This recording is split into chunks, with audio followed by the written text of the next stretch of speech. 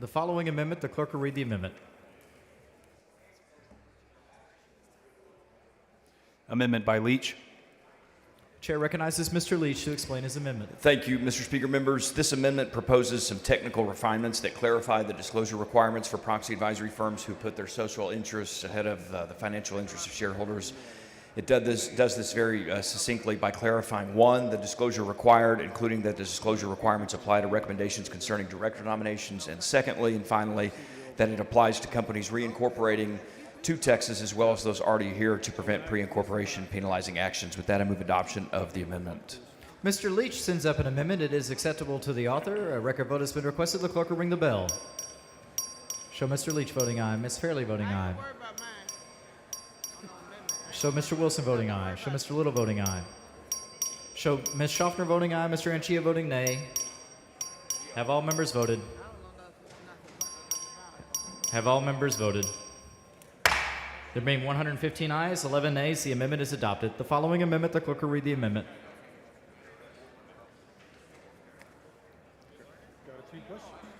Amendment by Capriglione.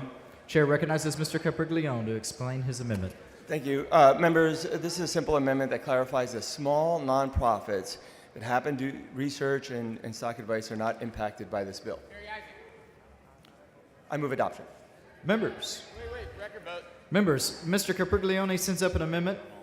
It is acceptable to the author. A record vote has been requested. The clerk will ring the bell. Show Mr. Little voting aye, Mr. Leach voting aye, Mr. Capriglione voting aye, Ms. Isaac voting nay, Mr. Lozano voting aye, Mr. Anchia voting aye.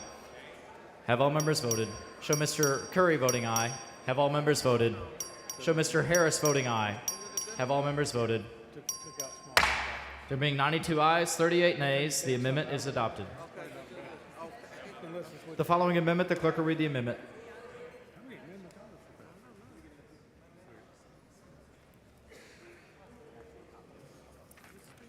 Mr. Speaker, Mr. Bernal, for what purpose? parliamentary inquiry. State your inquiry. I believe that earlier in the day you had mentioned that you would look around the floor to make sure that people could see the amendments, Yes. and we literally cycled a pretty significant one through in less than a minute, and nobody wants to be unreasonable, but if we could just get an extra 30 seconds to see it, and if you or anyone else there could look for us, that would be very helpful.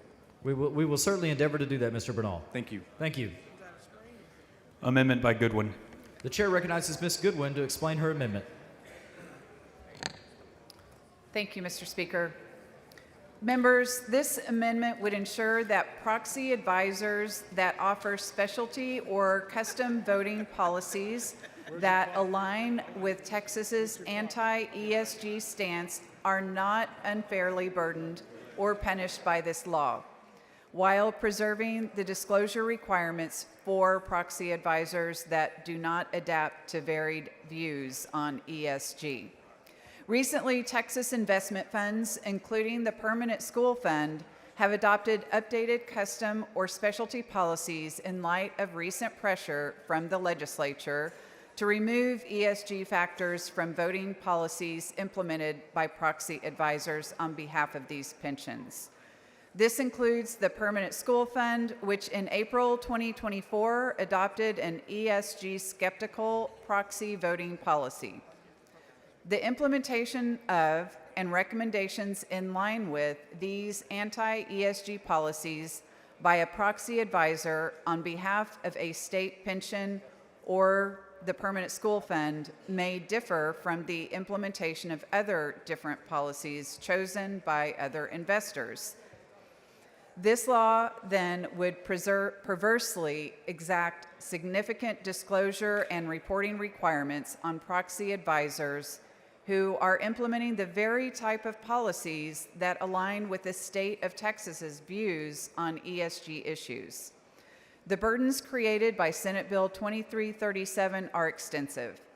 Under a broad array of circumstances, including making recommendations that do not align with board recommendations, providing different recommendations to different investors based on their differing voting policies, or providing recommendations based upon shareholders' decisions to prioritize ESG factors, proxy advisors are required to provide extensive disclosure requirements, backed by onerous legal liability. Disclosure in and of itself is not always an issue. In this case, however, the disclosure requirements are administratively burdensome in terms of the quantity of disclosures required by the law and the vagueness of the requirements. With respect to vagueness, the bill requires notice, which requires an explanation of the recommendation, a written economic analysis, which analyzes the short and long-term economic benefits and costs of the shareholder proposal, and an analysis of whether the policy is consistent with the investment policy of the client. Piled on top of these extensive and vague requirements, failure to adequately comply with these requirements triggers extensive liability provisions under the DTPA and Texas AG enforcement. In creating these disclosure requirements and potentially subjecting such cooperative proxy advisors to significant civil penalties, we are providing a disincentive for proxy advisors to assist the state of Texas and do so by implementing anti-ESG policies. We should not disincentivize such customer, Texas-centric service. And with that, I move adoption. The chair recognizes Mr. Leach to speak against the amendment. Mr. Speaker, members, this guts the bill, and I am going to move to table right now. The chair recognizes Ms. Goodwin to close on her amendment. Members, this bill could do a lot of harm, and I know it's a very complicated topic, but I hope that you will vote with me for this amendment. Thank you. Move adoption. Members, Ms. Goodwin sends up an amendment. Mr. Leach moves to table. Vote aye if you oppose the amendment. Vote nay if you support the amendment. The clerk will ring the bell. Show Mr. Leach voting aye, Mr. Hunter voting aye, Ms. Goodwin voting nay. Have all members voted? Show Mr. Verdell voting nay. Show Mr. Anchia voting nay. Have all members voted? Show Mr. Verdell voting aye now. Have all members voted? Have all members voted? There being 87 ayes, 52 nays, the motion to table prevails. Anyone wishing to speak on, for, or against Senate Bill 2237?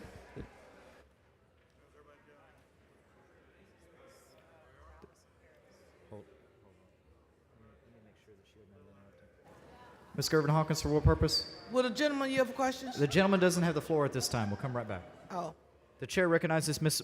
Morales to speak against the bill.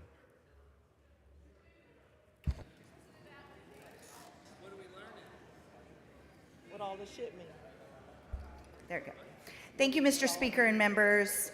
I respectfully oppose Senate Bill 2337 for the message that it sends. It threatens the values of fairness, transparency, and inclusion in the way that we govern investments and corporate behavior in this state.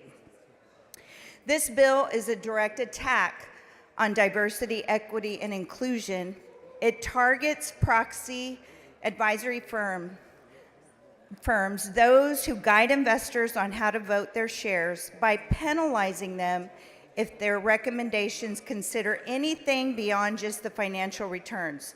So that means if they dare to factor in how a company treats its workers, its environmental footprint, or whether its leadership reflects the diversity of this great state, they would face unnecessary scrutiny and bureaucratic roadblocks.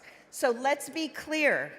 This bill tells investors they should not care about ethics or equity or the long-term sustainability of their investments, only short-term dollars and cents. And we know that's not how strong businesses or strong communities are built. I think about my friend from Houston, Gilbert Garcia, a proud Houstonian and the managing partner of one of the largest Latino-owned investment firms in the country. Gilbert has always made a point to run a diverse and inclusive office, not just because it's the right thing to do, but because it makes his firm better. More perspectives at the table mean better decisions. That's not ideology, that's sound business. Under this bill, a firm like Gilbert's, the one that believes diversity is an asset, not a liability, could be punished simply for aligning its investment advice with its values. And let me ask you this, who benefits from this bill? It's not retirees whose pensions are being managed. It's not long-term investors. The only people who win are those who want to silence dissent and insulate corporations from accountability. We're sending a dangerous message with this bill that Texans don't value diversity, that will protect corporations instead, no matter how they behave, as long as the money flows, that we don't trust investors to think for themselves. Members, we should be encouraging ethical investment practices, not censoring them. We should be lifting up leaders like Gilbert Garcia, not undermining their values. We should remember, business can be a force for good if we let it. I urge you to vote no on SB 2337. Let's stand up for inclusive values, for smart investing, and for a Texas that reflects all of us. Thank you. The chair recognizes Mr. Curry to speak in favor of the bill. So with all due respect to Ms. Morales, I disagree 100%. I'm 1,000% for this bill. This bill is designed to protect the small shareholders, to make sure that you understand as a shareholder that you may be caught up in a billion-dollar, multi-billion-dollar fight and you may only own 100 shares.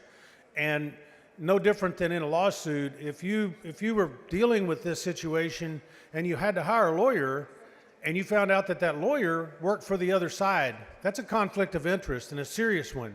So you don't want that conflict of interest. You want, if they're going to have one, then they need to tell you, and they need to tell you what that conflict of interest is. So I will tell you, having been involved in these kind of companies as CEO of publicly traded companies, I will tell you that this is a very necessary law. It protects the shareholders, it protects the public, and it will protect every one of your constituents. I appreciate the bill. I'm for it. The chair recognizes Mr. Leach to close. Thank you, Mr. Chair, Ms. Gervin Hawkins, for what purpose? will the gentleman yield? Gentleman yield for question. Gentleman yields. Yes. Representative Leach, Yes, ma'am. because I want to be clear, because with the stock market potentially coming to Texas, we want to get more and more people investing. No, it's not potentially coming. It's here. Okay, it ain't here yet, but it's coming. All right. I want to be able to fully understand what you're trying to accomplish here. It appears to be a disclosure of conflicts of interest. Correct. And like Representative Curry indicated, that two lawyers or a lawyer represent you and the other side, that needs to be disclosed, correct? Correct. And I think that's a good thing. What I'm confused about and trying to wrap my head around is when we bring in DEI about this. What were you trying to accomplish in even mentioning that? Well, Representative Gervin Hawkins, the point here is to make sure that proxy advisory firms, when they're rendering advice to one company or another and to their shareholders, that they're focused on economic factors, fulfilling their fiduciary duties to their clients. And so when they're focused on non-economic factors, whether it's ESG, whether it's DEI, whether it's anything political or partisan or anything that's not non-economic, that's just one example of many, that would be that's what we want to prevent. That's what we want to avoid. That's what we want these proxy firms to have to disclose. So the proxy member would then say, I hired this person because of? Sure. And who would they report that to? The person that they're representing? Yes. And so, you know, walk with me on understanding this. So, if I was to hire a proxy, or that proxy was selected through an investment firm, let's say, right? Then that investment firm would then have to say, well, Ms. Hawkins, we hired these people based on this criteria. Wouldn't you want to know that?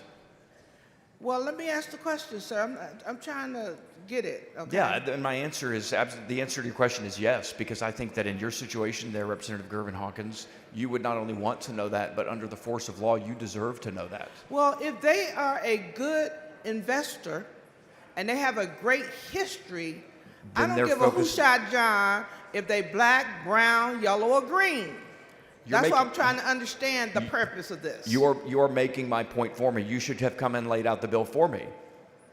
Because those factors should not matter when it comes to fulfilling your fiduciary duties to a company and its shareholders. You are making my point for me, and I appreciate you doing that's why I'm wondering, why is it in here if it doesn't matter? Because we can assume. It does matter. You just made the point that it shouldn't matter. Can I ask the question, sir? Sure. Because what we're saying is, what I'm saying is, why is that piece, their demographics of ethnicity, why wouldn't their success rate be my greatest interest? You're a shareholder in a company, Representative Gervin Hawkins. You've hired a proxy advisory firm to advise your shareholders on a vote, one way or another. If that vote is focused on any non-economic factors that are outside of their fiduciary duties to you as a shareholder, you deserve to know that. You deserve to know if they are giving you one piece of advice to invest here, to vote this way, and then giving another company another piece of advice to not invest there. That's not good. You deserve to know that, whether it's a lawyer that's telling one client one thing and telling the other party another thing, or a lobbyist in this building who's hired to advocate for a piece of legislation and is also being paid to oppose the piece of legislation. These are irreconcilable conflicts of interest that, under the force of law and under the weight of this bill, if passed and signed by the governor, deserve to be disclosed to the people who are depending on those proxy advisory firms to fulfill their fiduciary duties to the shareholders. I get that, but what you're not explaining to me is, where does diversity, equity, and inclusion? So, as an example, would I say this firm was hired because they were 100% women? Would I say this firm was hired because they're 100% African American? I'm not understanding That's the not connection. I don't think, with all due respect, Representative Gervin Hawkins, you are brilliant and wise and one of the smartest members on this floor, and I'm not meaning to say that you're I don't think you have the requisite knowledge with respect to what proxy advisory firms are doing. They are not involved in the discussions and the decisions that you just mentioned. They are hired to advise shareholders and their proxies on votes. They are hired to fulfill fiduciary duties to the shareholders, not to deal with the situations that you are outlining. I think you're confusing the intent and the objective of the bill. Let me be clear on my question, though, okay? Maybe I'm not clear on my question. I get that on the proxy advisors, but you're saying as a shareholder, I need to know why this proxy advisor was selected? Is that what you're saying? You deserve to know, Representative Gervin Hawkins. I don't know any other way to put it any more plainly. If you are a shareholder, you deserve to know if your proxy advisory firm is advising you to vote one way or another company one way based on any factor that is non-economic, whether it's ESG or DEI or anything else. You deserve to know that. That should be disclosed to you, and that's what this bill does. Thank you for answering my question. You're welcome, and I meant what I said. With that, Mr. Speaker, I move final passage. Members, the question occurs on passage to third reading of Senate Bill 2337. This is a record vote. The clerk will ring the bell. Show Mr. Hunter voting aye, Mr. Curry voting aye, Ms. Plesa voting nay, Mr. Reynolds voting nay, Mr. Manuel voting nay, Mr. Scofa voting aye. Have all members voted? Have all members voted? There being 92 ayes, 47 nays, Senate Bill 2337 passes to third reading.